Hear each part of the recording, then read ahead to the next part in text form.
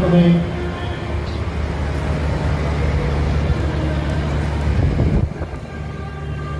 धन्वंतरी अमृत कलश को लेकर के प्रकट होते हैं।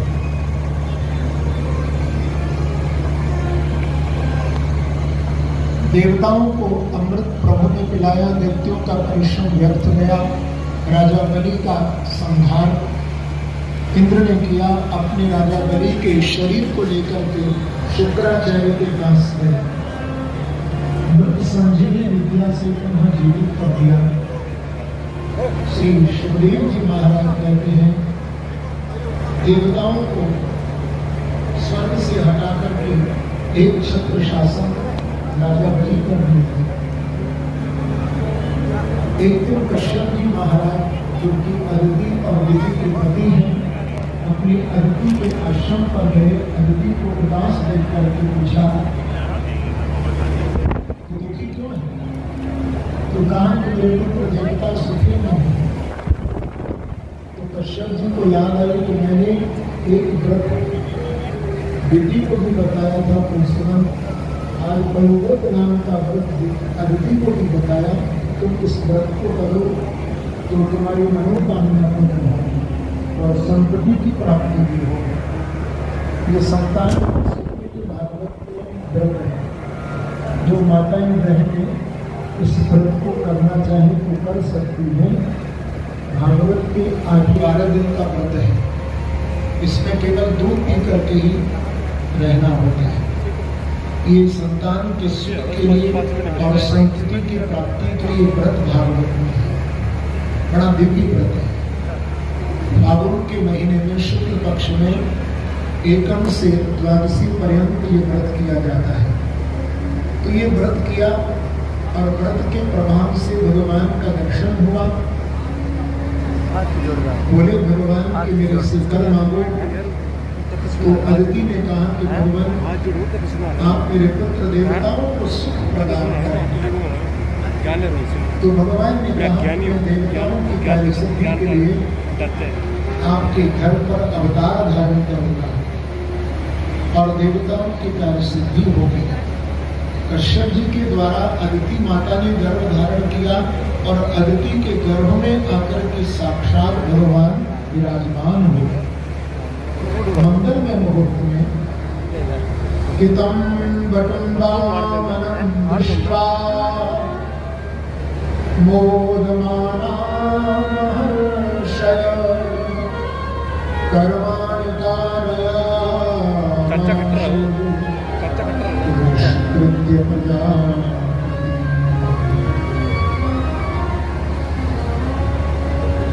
कितना सुंदर समय है। भागवत का महीना शुक्ल पक्ष, विजया नाम द्वादशी तिथि, श्रवण नक्षत्र है। ऐसे सुंदर दिन स्वर्ग में माता अदिति के गर्भ से साक्षात वामन भगवान प्रकट हो गए। बोल वामन देव भगवान की। आ रहे हैं वामन देव भगवान। इस झांकी का दर्शन करिए आप लोग भी। गोविंद राधे माधवा गोपाल राधे।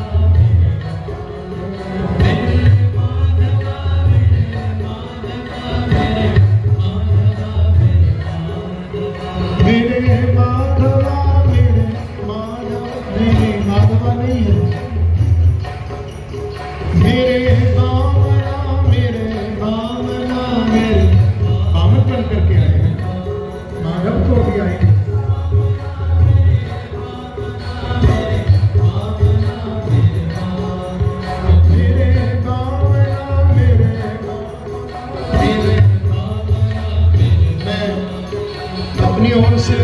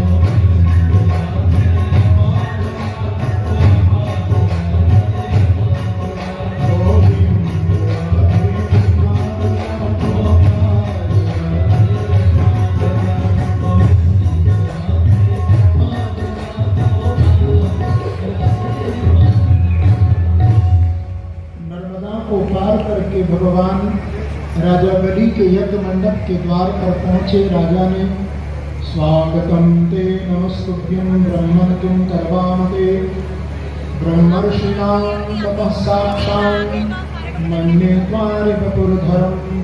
स्वागत किया। भगवान आपको क्या चाहिए? बोले मैं 3 कप पृथ्वी मांगने के लिए आया हूँ। बोले थोड़ा ज्यादा मांग लीजिए। बोले नहीं, हम तो बहुत संतोषी ब्राह्मण हैं। बोले 3 पैर भूमि लेकर के क्या करोगे? अरे मेरी ओर देख, मैं भी तो बामन हूँ, छोटा सा। 3 पात पृथ्वी लेकर के छोटी सी कुटिया बनाऊंगा, उसमें बैठ करके भजन करना है। और मुझे क्या करना है? बोले भगवान आपको दिया जाएगा 3 पात पृथ्वी, वचन देता हूँ। तस्मात् त्वत्तो महीमिषत् गणेहम् वरदर्शभा पदान प्रीण दैत्येन्द्र संवितानि पदा मम। एक पैर में भगवान ने ऊपर के सब लोग नाप लिए, दूसरे पग में नीचे के लोग नाप लिए, और तीसरे पग जब पृथ्वी नहीं बची तो राजा से जब तीसरे पग पृथ्वी की मांग की, तृतीयम पुरुषीष्ण में जब भगवान आपके छोटे से चरण मेरे मस्तक पर धारण करें और अपने इस भक्त के वचन की लाज रख दीजिए। राजा बलि भगवान के चरणों में झुक गए और राजा बलि के मस्तक पर भगवान ने अपना तीसरा चरण रख दिया और अपने भक्त के वचन को प्रभु ने सिद्ध कर दिया है।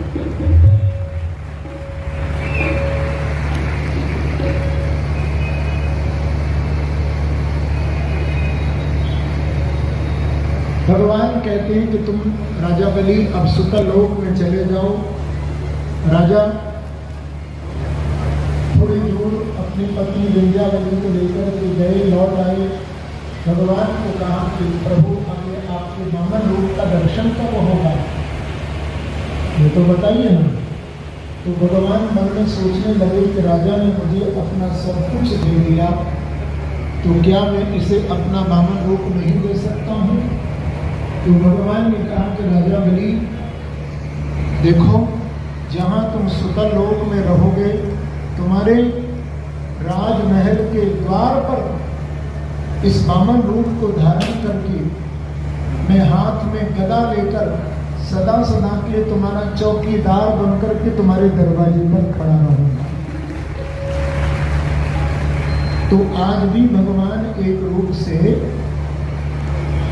उस सुतल लोक के अंदर राजा बलि के द्वार पर खड़े हैं। अहम भक्त पराधीन। भगवान को कोई आधीन कर सकता है तो केवल भगवान की भक्ति है। भगवान वहां से पधार रहे हैं। जोरदार ताली के साथ वामन भगवान का स्वागत है। वामन देव भगवान की जय।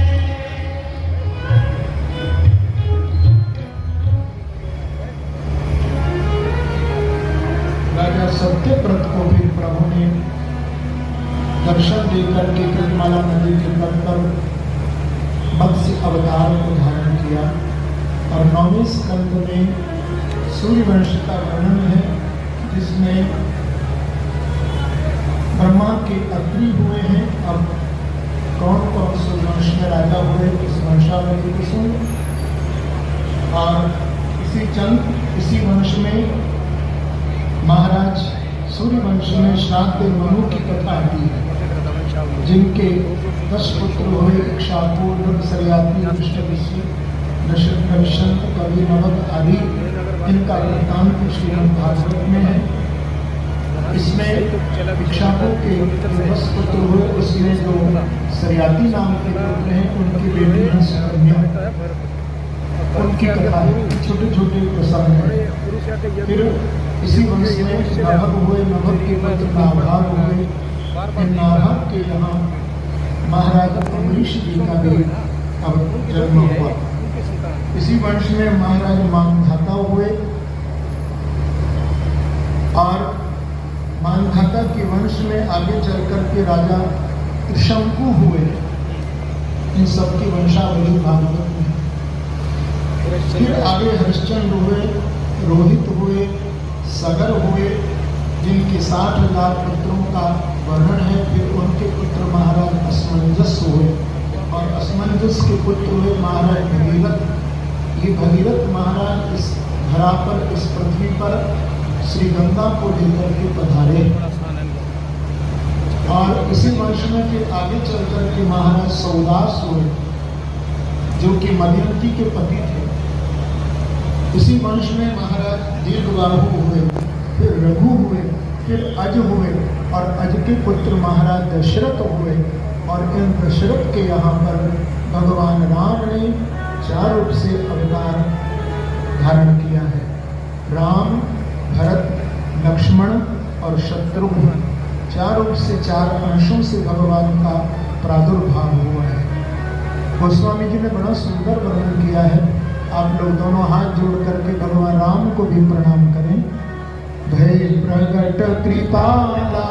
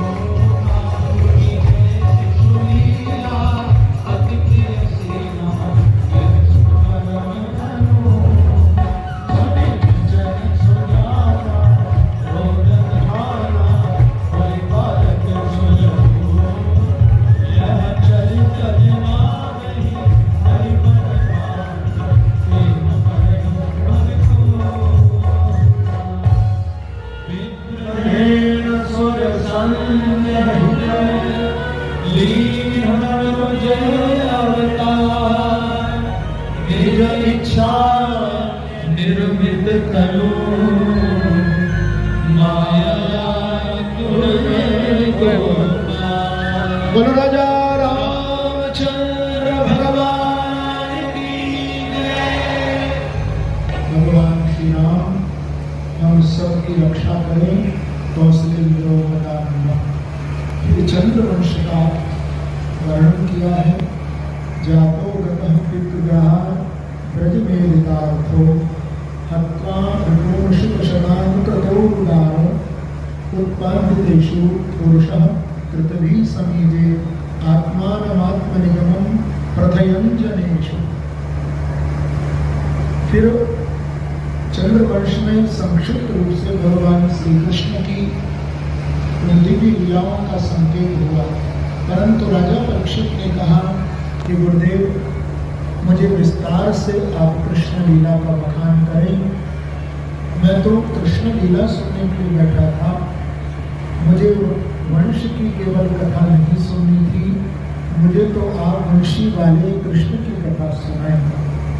तो सुखदेव जी कहते हैं कि राजन देखो, क्योंकि कथितो वंश विस्तारो भवता सोम सूर्यो राज्ञाम चौभय वंशानाम चरितम परमात्मतम। ये परीक्षित ने प्रश्न किया सुखदेव जी से। तो सुखदेव जी महाराज ने कहा कि एक बार पृथ्वी की शरण में गई। ब्रह्मा जी ने पृथ्वी का जो कि गौ धारण करके खड़ी है क्रंदन कर रही, तो लेकर के माता पृथ्वी को क्षीर सागर के तट पर गए। तत्र गत्वा जगन्नाथम देवदेवम प्रशाकविम पुरुषम पुरुषोत्तेन उपतस्ते समाहिता। जब गए तो भगवान की आकाशवाणी ब्रह्मा के हृदय में हुई और ब्रह्मा जी ने कहा कि वसुदेव कहे साक्षात। देखो देवताओं, माता पृथ्वी साक्षात भगवान का इस यदुवंश में अवतार होने जा रहा है। तुम सब अपने अपने अंशों से जाकर के यदुवंश में अवतार धारण करो। देवता प्रसन्न हुए, भगवान को प्रणाम करके वहां से अपने अपने लोगों को पधारते हैं। परीक्षित, बड़ा सुंदर समय उपस्थित हुआ। उस समय मथुरा के राजा थे महाराज उग्रसेन, जिनके छोटे भैया हैं देवक। इनकी जो 7 बेटियों का विवाह, जिनका 6 का पूर्व विवाह वसुदेव जी के साथ संपन्न हो चुका है, और सबसे छोटी है देवकी। जब ये शादी के योग्य हुई तो इनका विवाह संबंध वसुदेव जी के साथ तय किया। मंगल में मुहूर्त में दोनों का पाणिग्रहण हुआ। बहुत सा सामान भी प्रदान किया गया। जब बेटी की विदाई हो रही थी तो कंस की भी 5 बहनें थी, परंतु कंस का अपनी बहनों से इतना स्नेह नहीं था जितना कि अपनी चाचा की बेटी से स्नेह करते थे। कंस ने कहा कि मैं अपनी बहन को इसके राजमहलों तक छोड़ करके आऊंगा। घोड़ाओं की रास पकड़ ली कंस ने, सारथी को उतार दिया। लेकर के कंस रथ को जब चलने लगे, बीच रास्ते में जब पहुंचे राजपथ पर, तो उसी समय आकाशवाणी कंस को हुई, अस्यास्मामष्टमो गर्भो हंतायां रहसे बुधा। कंस जिस बहन को लाड से प्यार से विदा कर रहा है, इसका जो 8वां गर्भ होगा वो तेरा काल होगा। कंस नीचे उतर पड़ा और देवकी के केश खोल दिए। जब मारने को उद्यत हुए तो वसुदेव जी ने कहा कि देखो कंस, मैंने भी आकाशवाणी की आवाज को सुना है कि देवकी के 8वें पुत्र से तुम्हारी मृत्यु होगी, पर तुम्हें देवकी से तो कोई डर नहीं है ना, इसके बच्चों से है, तुम्हें लाकर के दे दूंगा। मैं प्रतिज्ञा करता हूं। तो कंस वसुदेव जी की बात पर बहुत यकीन करते थे, क्योंकि वसुदेव जी परम सत्यवादी थे। देवकी और वसुदेव दोनों को बंधन से मुक्त कर दिया। जब वसुदेव जी अपने पधारे महलों में देवकी के साथ समय व्यतीत हुआ, परीक्षित कुछ समय के पश्चात प्रथम पुत्र हुआ। लेकर के जब गए तो कंस ने उसे लौटा दिया। अब तक 6 पुत्र हुए, 6 लौटा दिए। जब नारद जी को खबर लगी तो आकर के नारद जी ने क्या किया, उल्टी पट्टी पड़ गई। कंस को कहा कि देवकी के प्रत्येक बालक 8वां है। एक 8 दाने की माला हाथ में देकर के कंस को थोड़ा उल्टी पट्टी पड़ा और तूने छोड़ दिया। नारद जी तो ये बता करके चले गए, पर कंस ने उसी समय 6 बालकों को मंगवाया और उनका प्राण कर दिया। 7वां देवकी का गर्भ नष्ट हुआ, ये झूठा हमला मथुरा में हुआ। बोले अब तो मेरी बहन 8वां गर्भ धारण करेगी। सुखदेव जी महाराज कहते हैं कि परीक्षित, वसुदेव और देवकी दोनों को कारागार में कंस ने बंद कर दिया, हथकड़ियां बेड़ियां डाल दी। भगवान जब वसुदेव जी के मन में प्रवेश किए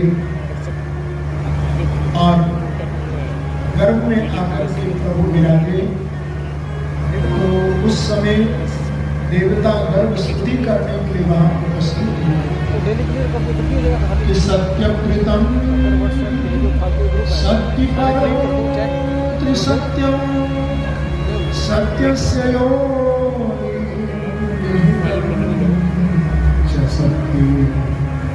सत्यस्य सत्यम मृत सत्यनेत्रम सत्यात्मकं त्वां शरणं।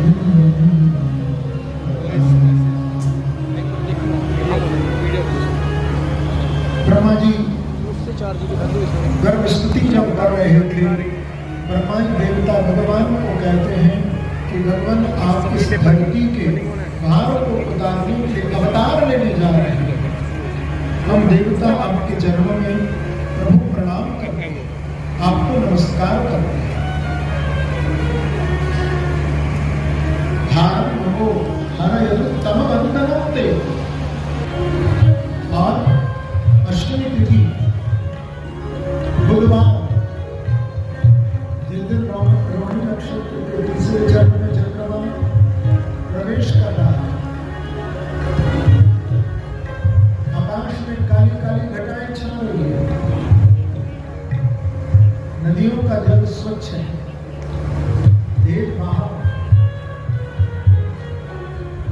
मंद मंद वर्षा हो रही है, बादलों में गर्जना है,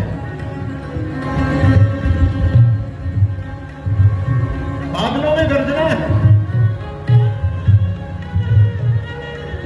मानो ऐसा लगता है कि भगवान की जय जयकार हो रही है। बोलबां के बिहारी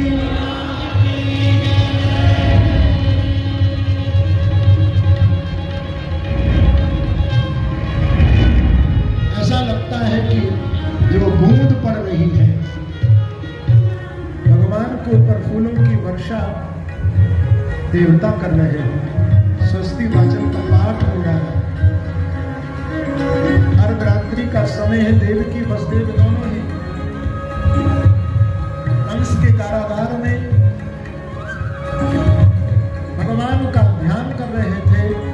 परीक्षित ऐसे सुंदर दिन सुखदेव जी का मुखारविंद खिल गया। निशीथे तमत भूते जाय माने जनार्दने, ऐसे पवित्र दिन कंस के कारागार में मेरे प्रभु ने देवकी माता के गर्भ से चतुर्भुज से अवतार धारण किया है। कि तमद्भुतं बालकमं वजेक्षणं चतुर्भुजं शङ्खगदायुधायुधं श्रीवत्सलक्ष्मं गणशौमुकौस्तुभं पीताम्बरं सान्द्रपयोः।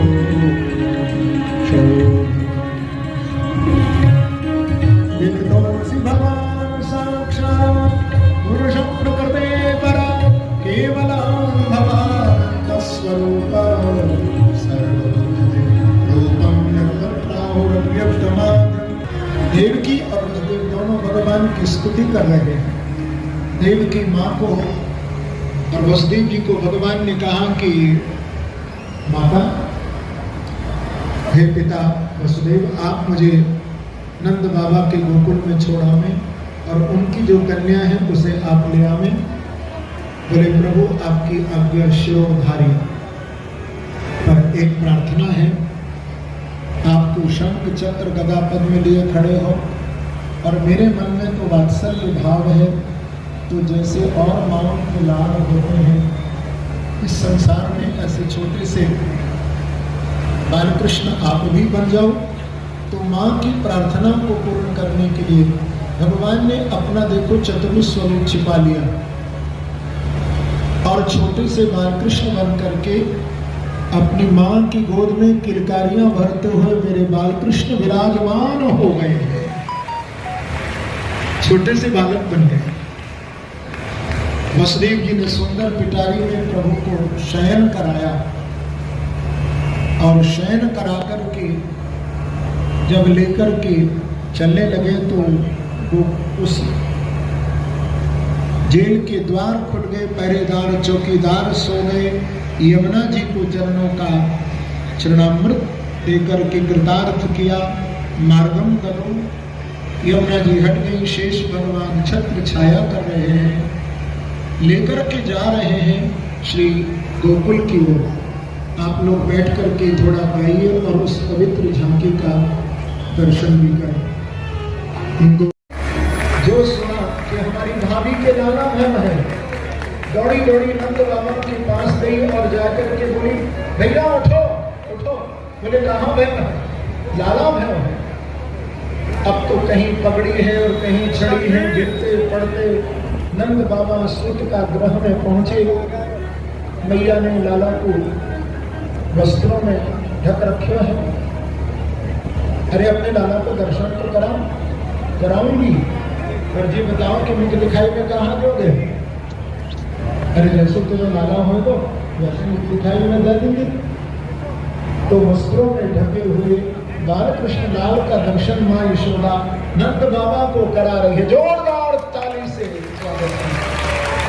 नंद के लाला की, बाके बिहारी लाल की।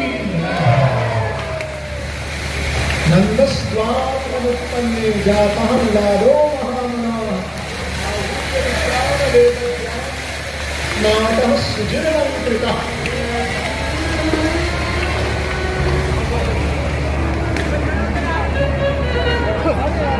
जब मालूम हुआ कि नंद के यहाँ लाला हो गया तो जाकर के नाम ने सभी गोपियों के घर में खबर दे दी और गोपियां लेकर के नंद के लाला के यहाँ बधाई लेकर के पहुंच रही। आइए बधाई हम लोग शुरू करें। आओ दोनों हाथ साथ।